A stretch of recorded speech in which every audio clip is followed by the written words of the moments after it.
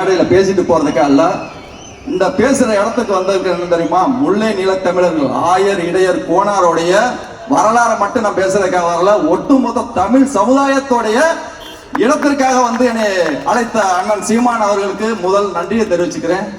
ஏன்னா இன்னைக்கு உலகத்துல எனக்கு மலேசியா, சிங்கப்பூர் எல்லா நாட்டுல இருந்து பேசுறாங்க, அண்ணே தமிழ் அண்ணனுக்கு சீமான் அண்ணனுடைய பயணம் பண்ணுங்கன்னு. நான் அண்ணன் கூட இருந்தாலும் இல்லைன்னாலும் நான் தமிழ் தேசியம் தான் பேசுவேன். ஏன்னா எப்ப பார்த்தாலும் திராவிடத்தை கழுவி கழுவி ஊத்துவேன், ஆரியத்தை கழுவி கழுவி ஊத்துவேன். தனியா இருந்தாலும் தன்மானத்தோட தான் இருப்பேன். எவன் இந்த பணத்துக்காகவோ பஞ்சம் பிழைக்க வந்தவன் ஆள் இல்ல. பூர்வீக குடி தமிழ் சமூகத்திற்கு ஒரு பிரச்சனை என்றால் அங்கு நான் தான் நிற்பேன். அது தேவேந்திர குல சமுதாயமாக இருக்கட்டும், ஆதித்தமிழர் பறையர் சமுதாயமாக இருக்கட்டும், நாடார் சமுதாயமாக இருக்கட்டும், எந்த சமுதாயத்துக்கு ஒரு பிரச்சனை நான் நிற்பேன். ஐயா கோனார் அடிச்சாலும் அவனை தூக்கி உள்ளக்க வைன்னு சொல்லுவேன். ஏன்டா இங்கு வந்து என்னுடைய நோக்கம் என்ன தெரியுமா? கோயிலுக்குள்ள நம்மளை விடக்கூடாதுன்னு சொல்லுவேன். சொல்றதுதான் தான் நம்மளுக்கு எதிரியா இருக்கான்.